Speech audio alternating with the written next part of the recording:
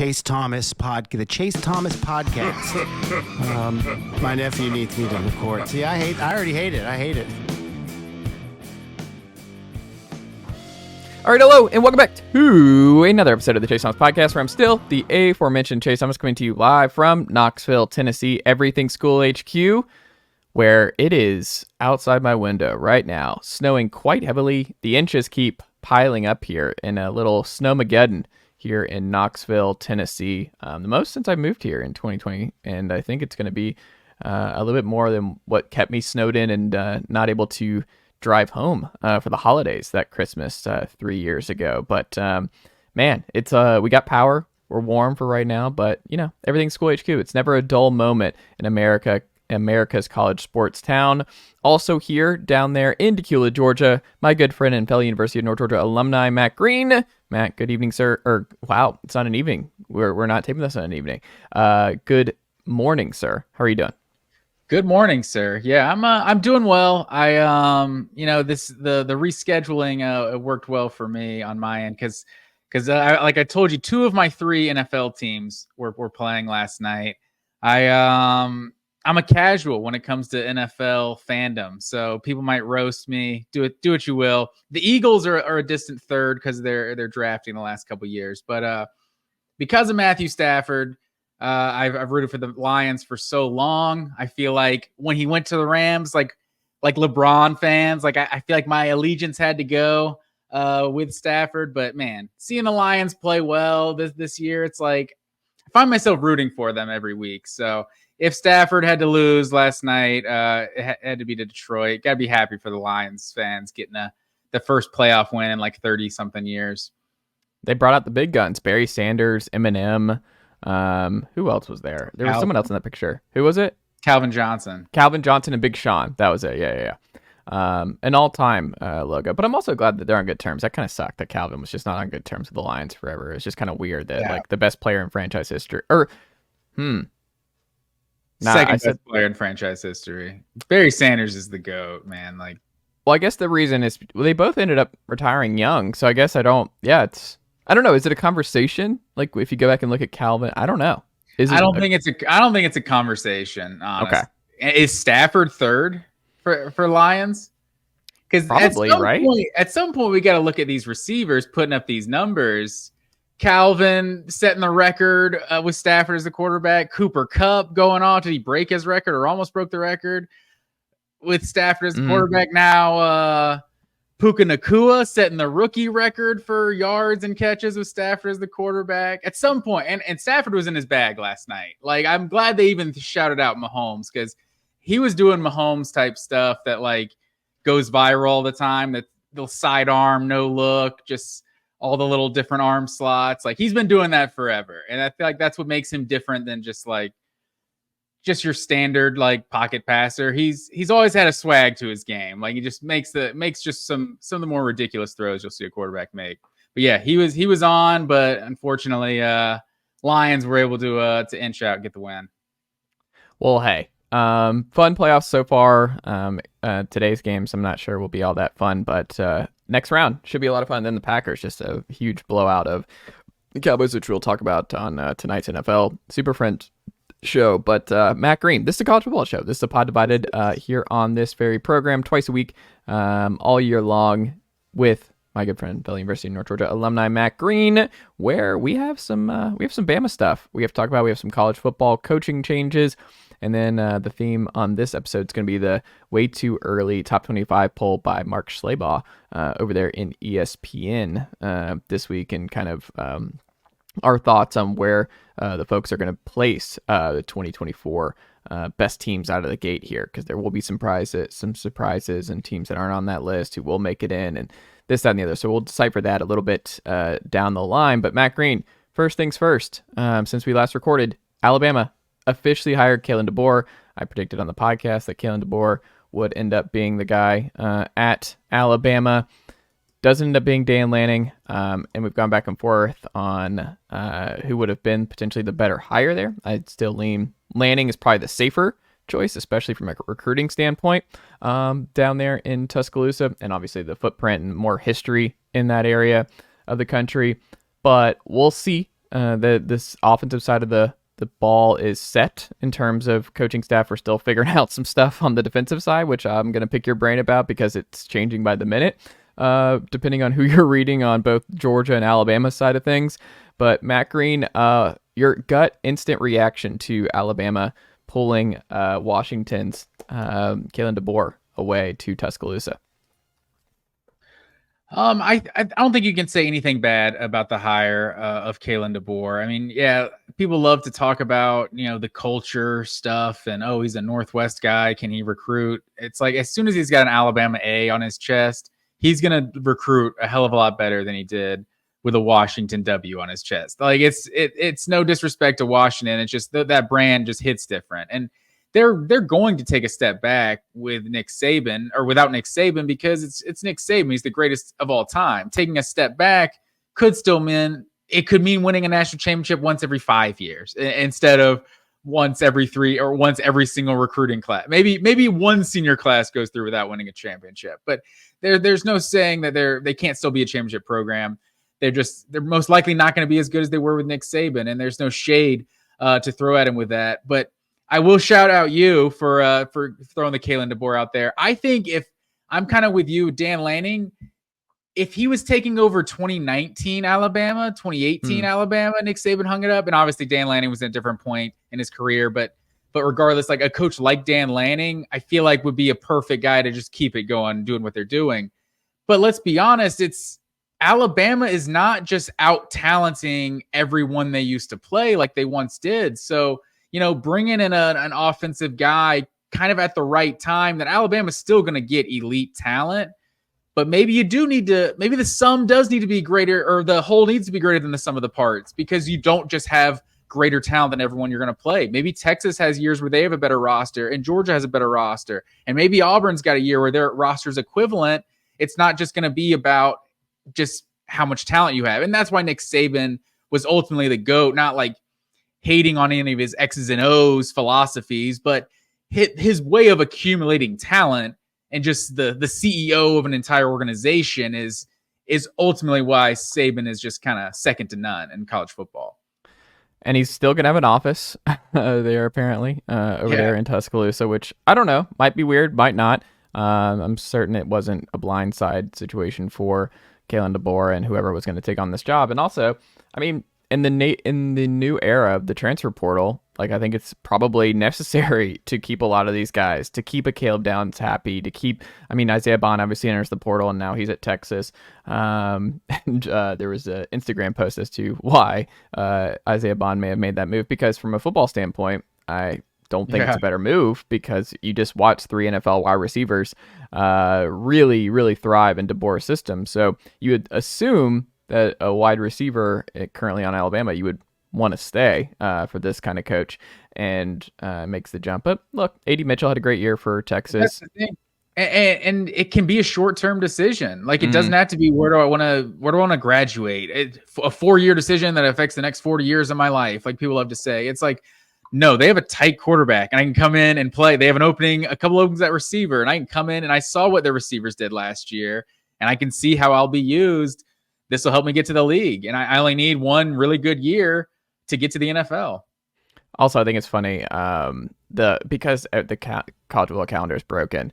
Like, you have Will Rogers on the sideline for the playoffs in a Washington jersey throwing around, and the man will never play for the University of Washington after Kalen DeBoer leaves. So we'll see where Will Rogers ends up, but just what a weird thing that's going to be lost in the archive of Will Rogers on the sideline for the Huskies in the CFP and not there. Maybe he follows them to Alabama. I don't know. Maybe there's a whole competition. You do Will Rogers versus Jalen Milroe in the spring. I don't know. It's kind of a risky pool for your last year if you're Will Rogers to try and go against the incumbent.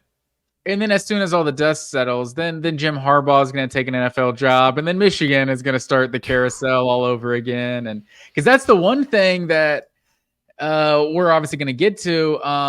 But I was kind of foreseeing like a ridiculous kind of domino effect. Like Dan Lanning takes the Alabama job. Now Oregon's open. Oregon goes and poaches this guy. Now this is open. Like, to get Washington, no disrespect again to Washington, but they're not like a blue blood program. and they go out and that's not necessarily the most like a guy might not leave a high profile job for Washington, right? But you got Jedd Fisch now from Arizona getting the Washington job, and now Arizona's the job that's open, and I feel like the dust is settled. Like I will disrespect Arizona. They're not a relevant college football program that's going to take any sort of high profile. Well, no, they're relevant right now, but just not a contender, not like a needle mover. They're not in the big club. The needle moving of the coaching carousel, I think, is over after just two stops. But like you said, I think we're Michigan. I mean, Harbaugh interviewed with the Chargers this week, and I don't know. Nothing would surprise me about Harbaugh. If he came back, it wouldn't surprise me. But also, J.J. McCarthy not coming back, he enters the NFL draft, makes me wonder if he knows, because it wouldn't hurt for him to have one more year under Jim Harbaugh and in the system based on what we've seen thus far, that you're not super excited. He doesn't feel like a round one guy at this point. But I would also say that J.J. McCarthy's stock right now is higher than it will ever be. So maybe it is mid-second round and he's the 5th quarterback taken. I think that's about as good as he could do. And maybe there's 6 first-round quarterbacks drafted. Who knows? Teams just go nuts and convince themselves that guys are first-round caliber. But he might not necessarily – that might not just be knowledge of Harbaugh leaving. Yeah, I don't know. We'll see on that front. So when that happens, or if it doesn't happen, we'll talk about it. But in terms of just what DeBoer is building here, because I was very curious what his first staff is going to look like and how many guys he kept on from Alabama, how many guys he brought over from Washington, and there was a wait and see with Ryan Grubb, the OC, who turned down Saban in Alabama last offseason. He ends up at Alabama as an OC anyway the following year. So good job by him. And he gets to come with DeBoer here, his longtime guy. I mean, he wanted the Washington job by all accounts, but they go a different way with Jedd Fisch, who we'll talk about in a second. But look, you're keeping the defensive line coach who's recruited extremely well and developed really well in Roach. You have the running back coach who's been there for, I think, 4 years now. And he's obviously recruited well. Justice Haynes looks like he's going to be a dude for Alabama going into next year. And they have a lot of talent still in that running back room going into next year. So I think it's a nice mix where he brings over his own O-line coach who had a great year, brings his wide receiver coach, Shepard, who obviously developed a bunch of NFL wide receivers. So that all makes sense. And then you look on the defensive side of the ball. I mean, I don't know what's happening here because this is changing week over week. But before we even get into the defensive side with Travaris Robinson, what say you, Matt Green, when it comes to the offensive side and what DeBoer has already built here on that side? If you're an Alabama fan, do you feel pretty good about the kind of staff that he's putting together? Yeah, because that's where I feel like you basically would trust. Personally, I would trust Kalen DeBoer regardless of what he does on the offensive side of the ball. And he's bringing Ryan Grubb with him. It's like, well, I trust that offensive side is going to be as good as it possibly can get. At Alabama, like this past year was back to playing elite defense. They're going to lose a lot of guys. That's definitely where I would have more concern. But maybe with your you're just the amount of talent you have as an Alabama fan, you just assume a lot of guys can come in and field a good defense. Yeah, and look, I think those are smart retaining options at RB and defensive line. But is Jeremy Pruitt still out there? He's got like a show cause or something? Yeah, he's not coming in there. I don't think Jeremy Pruitt will be there anytime soon. But he brings in Courtney Morgan, his GM, which this is another thing, part of like the Big Two and stuff. Like if you look at these jobs, it's just becoming so NFL. We have a director of scouting. We have GMs now. It's just part of the business. You need, because of the portal and everything else, you need people around the clock keeping up with this stuff and checking out different it's necessary so these coaches aren't losing their minds with all these different things to do. But you bring in Jarrett McElwain. I'll give you one guess. Who is Jarrett McElwain related to, Matt Green? I would say Jim McElwain. It's his son. Yes, Jim McElwain's son will be the director of scouting here for is he a Alabama. Big Shark fan? Look, I don't know. But Courtney Morgan also coming in as GM. Morgan, it was a Michigan alum, played for Lloyd Carr, was in Jim Harbaugh's staff, and then eventually DeBoer hired him away. But I think that's a sneaky good one for him on that side of things. But now let's go to the other side here, Matt Green. Travaris Robinson, who I think interviewed this week, Sunday night. He interviewed for the Alabama defensive coordinator job.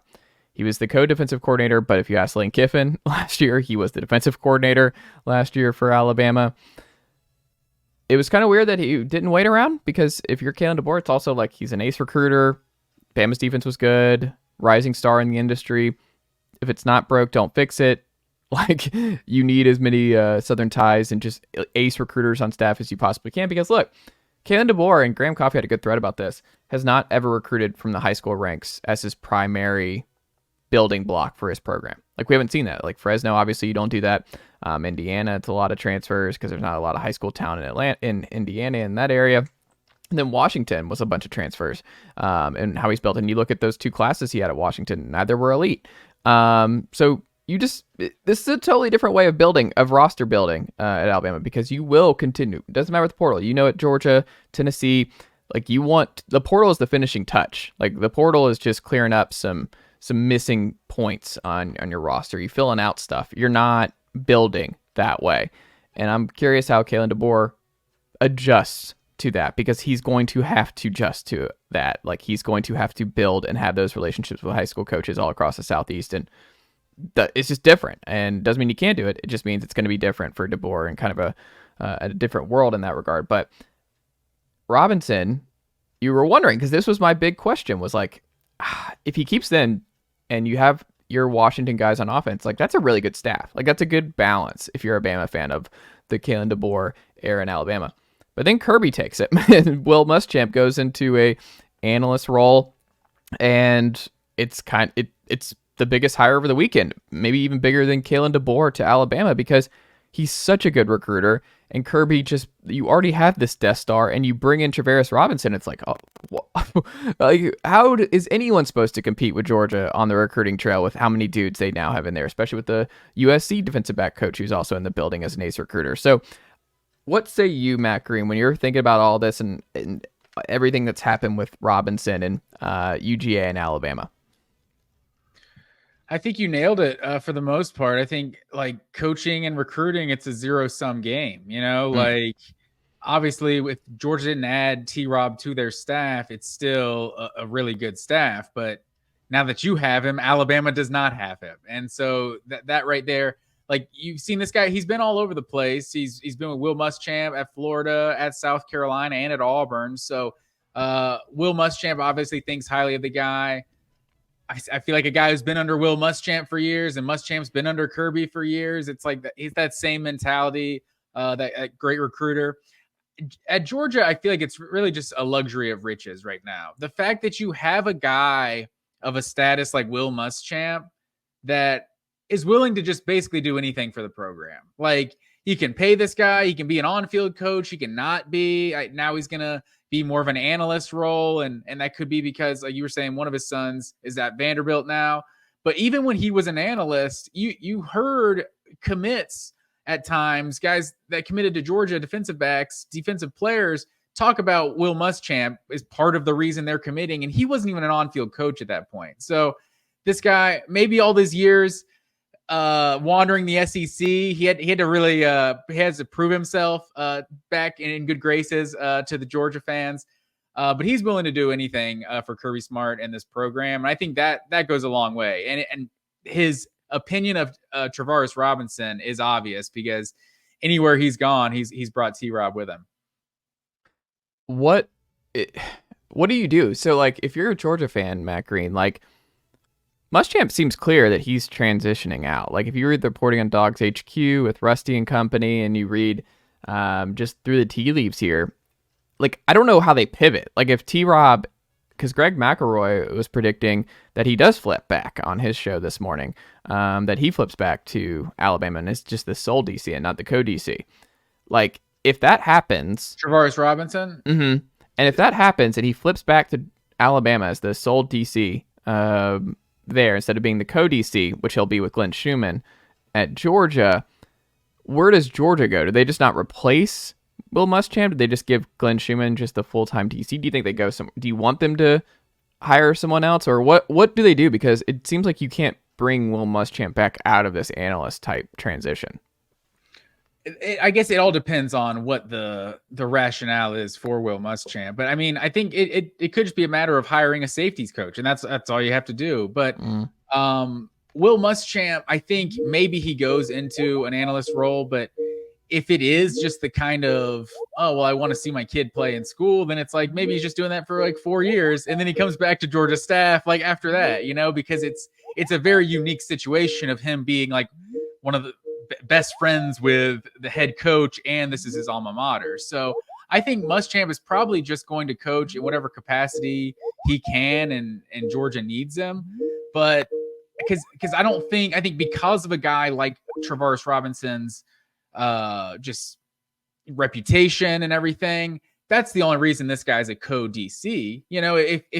If you don't have a guy that's that big time, then he probably just a secondary coach, and Glenn Schumann is the full-time defensive coordinator, is just the outright defensive coordinator. So I don't think it's any sort of like, crisis if, now they don't have Robinson or Muschamp. I think knowing Kirby Smart, there's going to be another guy they find to do that role. And also looking at Rusty Mansell's update, I think as of like 12:55, like this afternoon, I think he was saying it looks like Robinson is going to stay with Georgia. So that's the latest update we have. But yeah, so I think regardless of how it shakes out, it's a huge hire for Georgia. And if it falls through, Kirby Smart, I guess a DB coach under Kirby Smart, I just tend to trust he's going to get that right. Fair enough, Matt Green.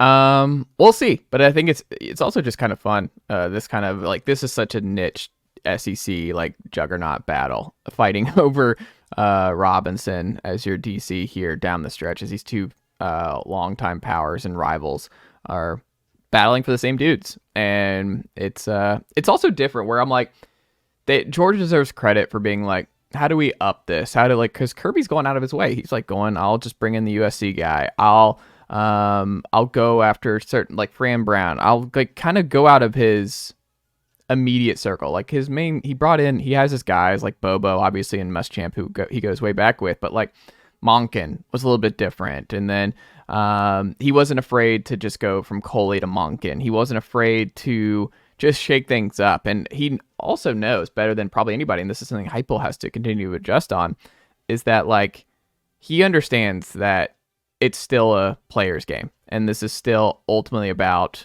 having the best players on the field. You can scheme all you want. You can be the best schemer and defensive mind to coach in college football, the best offensive mind to coach in college football. But if you don't have the players, it comes a point. Like Washington found that out against Michigan in the trenches in the national title game. At some point, the bodies and the players, especially in the trenches, matter.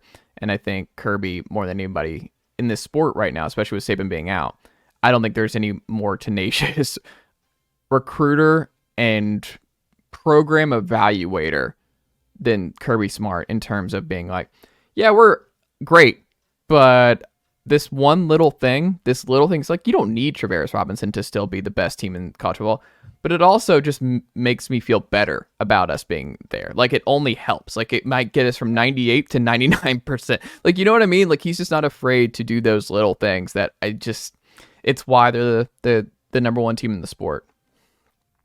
Yeah, I agree completely. I think you've seen at this point, and also like the current D-line coach Trey Scott, and I don't know how to pronounce the outside linebacker coach, the guy they got from SMU. Like those were guys that didn't have like a history of being Kirby or Saban guys or anything. He's not. It doesn't have to be like whatever that term is, like a one room thought or whatever. Like he's open to new ideas from different coaches. Absolutely. Well, on the flip side, Washington, they move quick on their next head coach. It was Jedd Fisch, who had a 10-win year at Arizona, turned that program around little by little. 1 win, I think, in his first year, 5 his second, and then double digits his third. So he's been all over the place. He's worked for just about everybody.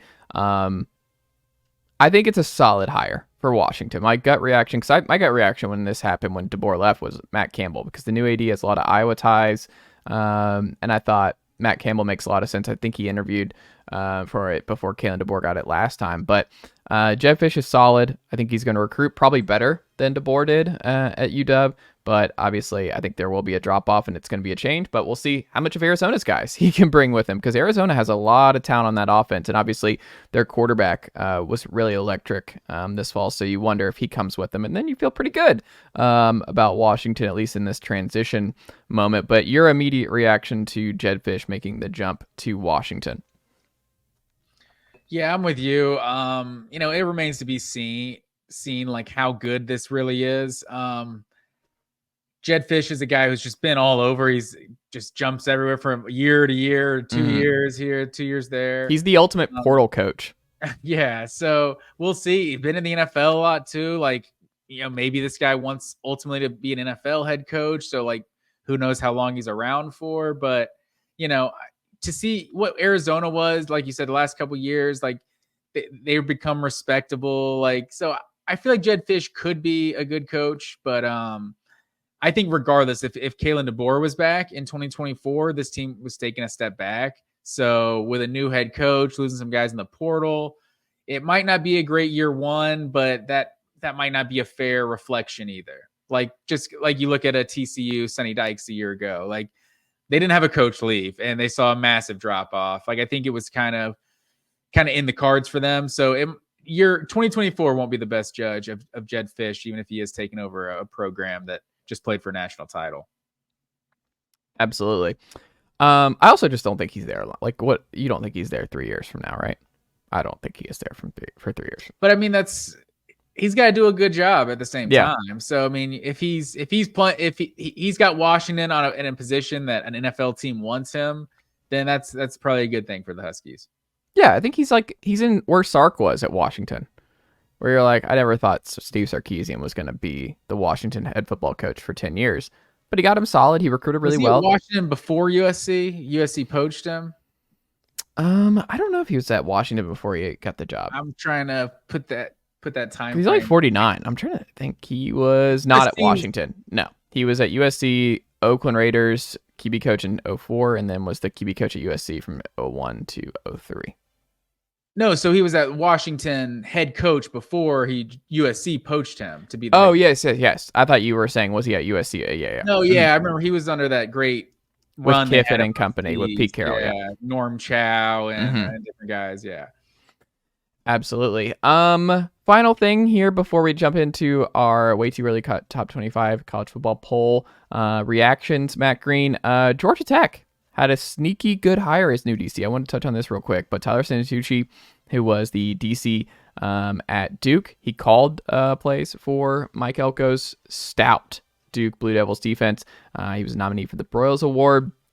They were number one in scoring defense in the ACC this past year. So I think this is one that's under the radar. A lot of people won't notice it or bat an eye, but Buster Faulkner put on a clinic on the offensive side of the ball, got Haynes King really cooking with something.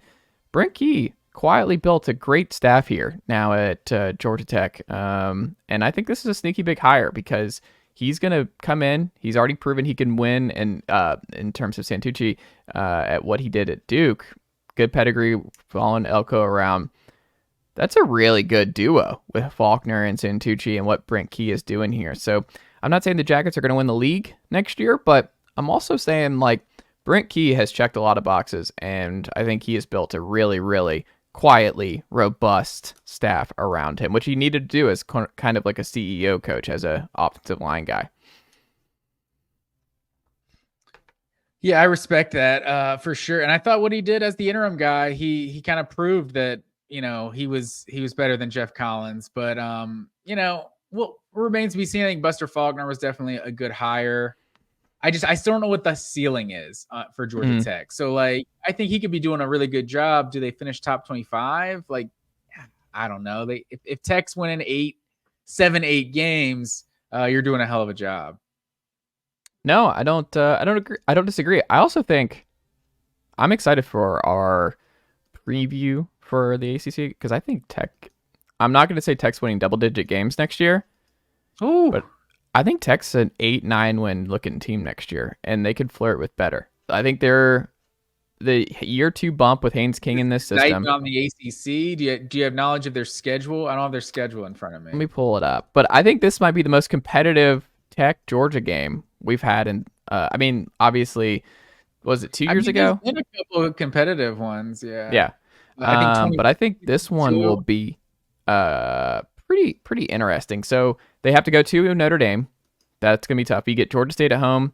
You get, Florida State. They open with Florida State in Dublin. Wow. But look, that's DJU. That's winnable, folks. Georgia Tech can beat Florida State there. At Georgia, VMI at home. I said Georgia State. You get NC State at home. You get Miami at home. Sort of Georgia Tech international thing that we don't know about? Like, this is the second time they've opened overseas, right? Didn't they play Boston College in Well, they did have George O'Leary at one point. Maybe he set this up. He put it in motion 30 years ago. He got the Ireland thing in motion. I don't know. You can keep going. But at Syracuse, year one, Fran Brown. We'll see. But you get Louisville at Louisville. That's going to be tough. At Virginia Tech, it's winnable. And then, like I said, Miami, who's going to be good. You get them at home. Get Duke at home. NC So State divisions are gone next year. Is that right? Are divisions gone next year? I think so. So finally avoid Clemson for the. Yes, they do avoid Clemson. But also that's kind of sad because Clemson was their main rival, right? Like when you think Georgia Tech's rival in the ACC, was it not Clemson for you? I guess. Or Virginia? Sure. I don't know who Georgia Tech's rival is. Clemson's definitely the closest one. Traditionally, they're the closest geographically. So yeah, I guess that's probably their biggest rival. Can't believe they're not playing them next year. Also, they don't have any of the new. I just realized they don't have any of the new ACC schools. Wait, so who are the new ACCs? Cal, SMU, Cal, and Stanford. Yeah, that's interesting. I would think everyone would have one or two of them on there. Interesting. I don't know.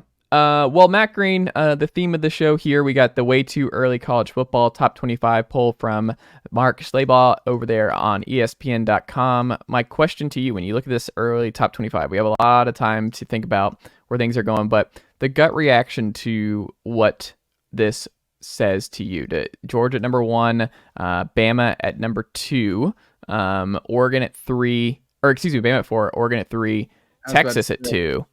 Ohio State at 5, Michigan at 6, Ole Miss at 7, Missouri at 8, Arizona at 9. I think you would redo that now with the Jedd Fisch departure. Notre Dame at 10. So you look at that top 10, Matt Green. Does that feel about right? Who makes the most sense here?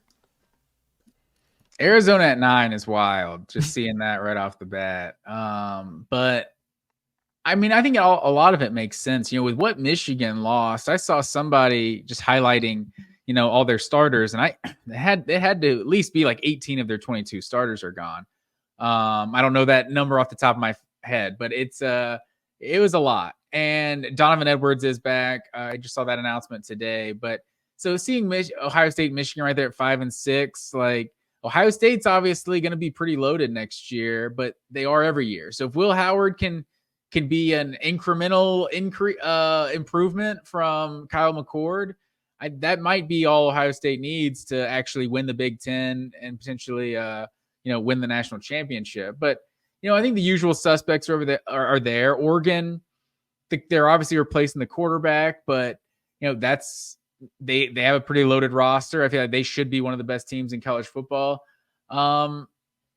We've obviously talked about what Ole Miss has done in the portal and everything, but Ole Miss feels like that ultimate wild card that they could. We've never seen Ole Miss play for an SEC championship, right? So they could win 10, 11 games next year, and they could also win 7 games next year, and you just wouldn't be that surprised either way. So I feel like it's kind of same with Missouri. Like those two teams are real wild cards that, like, if they're not up there, it could be because they're disappointing, or it could be because it's LSU and it's Texas A&M, or it's Tennessee, or it's Florida, or Auburn. It's like they could just be replaced by someone else that's the 3rd and 4th best teams in the SEC. I think the main thing that I think is 100% right is Texas and Georgia are going to be the 2 most talented, dangerous, best pick to win the national title next year. Quinn Ewers back. You lose some receiver stuff and you lose some NFL guys for Texas, but I just think in terms of talent and where they both were last year and what we saw here with both programs, my gut tells me Texas and Georgia should have the best odds when they come out to win the national title. I think they're the two best teams in the SEC next year. I could also make the case. I mean, Bama right there at 3. I don't know if I necessarily agree with that. Ole Miss, I think you could make the case will be better than Alabama next year, especially with the transition to DeBoer in year 1. Here's what I'll say. Lock it up. Mizzou is not finishing in the top 10 in the college football poll. And if they're a preseason top 10 team, go ahead and sell. They go to Texas A&M next year. They go to Bama. They get Oklahoma at home. They're at Mississippi State, which is a tough place to win. And they're at South Carolina. We know always a tough place to win. I don't see it with Mizzou. Losing Baker to LSU was brutal for them. They've obviously recruited pretty solid to this point, but I would sell the Mizzou top 10. They feel like an 8-4, 9-3 type team to me next year. I don't think they're going to flirt with the college football playoff. I don't think that's going to be the same type of year for the Tigers. But I will say, to my favorite buy low, and I'm not going to mention Tennessee here because I think Tennessee, where he has them, I think 17th feels about right as a preseason shot for them. The best outside the top 10, who I think just my gut instinct is going to be in the top 10 and will flirt with the playoff and actually could win the title. I think Notre Dame with Riley Leonard and company. I think Notre Dame pulling Brian Kelly's OC back to Notre Dame, I think will be big for them. I think Notre Dame's going to win a lot of games next year. Would not be surprised if they're in the playoff. I'd be very surprised if they miss it, actually. So Notre Dame is probably a top 5, top 6 pick for me off the top. Nussmeier, we'll see if he's just as. I mean, it's tough. You lose Malik Neighbors to Brian Thomas. A lot of skill position talent on the opposite side of the ball. So LSU doesn't jump out to me as a top 10 immediate. I will say, Clemson at 19 might be a good buy low. I understand we do this every year with Clemson. Garrett Riley's back for year 2 on this staff. They've not really added a lot in the portal. You lose Shipley and Trotter Jr., who were really good, but Sammy Brown, 5-star wide receiver, or linebacker, out of Jefferson. He's a player. You got TJ Moore, Bryant Wesco. You got some dudes coming in here. Cade Klubnik, another year in the system. My gut tells me Florida State or Clemson's probably a good buy low top 10 team for next year, coming in at 19. But what say you? Who on the outside do you think has the best shot in your estimation of finishing in the top 10 and being a real playoff threat? That's outside of the top 10 right now. I think you threw out some good ones. I was surprised you left off one, and that is the Kansas Jayhawks. With Jalen Daniels You're coming surprised? back again. Mm-hmm. I'm surprised you did not include the Kansas Jayhawks. With what the Big 12 is going to be next year, like, they don't have to go through Oklahoma and Texas to win this conference anymore. Like, you got to go at West Virginia and at Baylor. Like, those are going to be like your toughest tests of the season. So no disrespect to those teams out there, but you just look at what Kansas has. Lance Leipold, maybe he was Washington's first pick. I don't know. Like, there's definitely some teams out there that wanted him, and he said that he was staying at Kansas. So I think in the new Big 12, I think Kansas is like, who's the best team in the Big 12? Like, who are the best 4 teams in the Big 12? I feel like this conference is going to be an absolute, just every year is just going to be completely unpredictable. And I wouldn't be surprised if the Kansas Jayhawks are the best team in the Big 12 next year. You know what's funny about that? The best team in the Big 12 has never played a Big 12 game. And who's that? Colorado? Utah. Or I guess they have played a Big 12 game years ago. Because you're bringing Cam Rising back and company. Like, if I did say my preseason favorite for next year, it's Utah. Yeah, I think that's fair. And Kansas doesn't have to play Utah next year. Mm-hmm. So I think they're in a good spot, I think, going into 2024. And that, a lot of that is if Jalen Daniels can stay healthy, of course. Final one here. Who's not on the top 25 list that you think right now? They're not a top 25 team. They're unranked. Who do you think is most likely to be the surprise of the college football season based on what you're seeing with the portal, recruiting, coaching, and stuff like that? Who outside the top 25 could you see just shocking everybody and finding their way into the top 10? Because that happens every year in this sport. Who do you have right now circled as the ultimate buy low that no one's talking about that you've tucked away? I think it's tough. I'm not going to say I'm high on Auburn this year, but it feels like Hugh Freeze going into year 2. Like we've just seen a lot of teams, surprise everyone with a year 2 breakthrough. So I don't know that Auburn's that team. If it's still Peyton Thorne, like I'm not going to bet my actual money on it. But they're one that's like, they wouldn't surprise me if they got up into the top 20, maybe won like 8 or 9 games or something next year. I think Auburn's a good pull. Like the year 2 bump is real. I could definitely see it with Auburn. Peyton Thorne year 2, maybe just the full offseason in the program. Maybe he looks up, because we've seen good Peyton Thorne. Like Michigan State, like we've seen at least a version of Peyton Thorne that like makes you say, he's not atrocious. Like he can be okay. And you have some talent behind him. So I think it would be a no-brainer if Caden Salter ended up making the jump from Liberty to Hugh Freeze this offseason in Auburn. Now, if he had found his way to the Plains, I would say that's like just stamp it. Just stamp Auburn as the best, not in the top 25, but most likely to make it in the top 10 next year, because they have a bunch of talent. I mean, obviously Hugh Freeze is recruited extremely well right out of the gate here, but Auburn I think is a really good pull outside the top 25, and especially the Will SEC. Rogers is back on the portal market. Maybe he's a candidate for Auburn. I don't know. He doesn't feel like a Hugh Freeze guy. He's not really mobile. He's more of a, I don't know where though. Where do you think Will Rogers ends up? Because like he's not. I don't think he follows DeBoer to Bama. Could he just stay? Like, why wouldn't you just stay at Mississippi State? Like, they don't really have like a guaranteed. I mean, Jeff Levy's a good offensive mind. Like, just go back to Mississippi State, right? Yeah, I don't know. I feel like I don't even know how good Will Rogers is still. So like I don't know who he's better than, who he's worse than. Like, is he better than Jalen Milroe? Like, I don't think so. Like, he's obviously a completely different player, but he's thrown for 1 million yards in his 5 years in college. So I don't know. I'm sure he'll land on his feet somewhere, but he seems like the kind of guy that needs a guarantee that he's the guy, because this is the last hurrah for him in college. Final thing. How much does it sting for Florida State fans? Because we got a lot of heat in our comments for the video that we did about DJU and just kind of our pessimism about how that fit's going to be and the drop-off for Florida State here going into next year.